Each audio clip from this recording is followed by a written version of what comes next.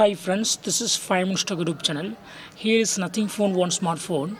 In this video, you will learn how you can change snooze time, snooze duration in alarm in your phone Nothing Phone One.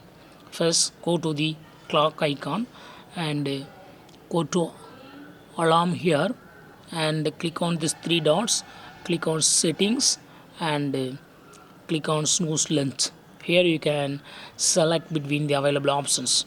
From 1 minute to 30 minutes are available, so you can choose between these options. And now I have selected 11 minutes, so 11 minutes will be the snooze length.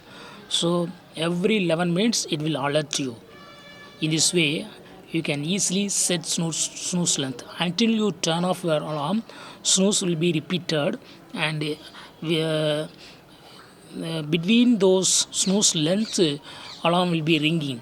So here 11 minutes is selected. If you select a minimum, then after every 2 minutes, when alarm time reaches, alarm will be repeated until you turn it off. In this way, you can easily control snooze length in your phone Nothing Phone One for alarm in your smartphone. That's all friends. Thanks for watching. Bye.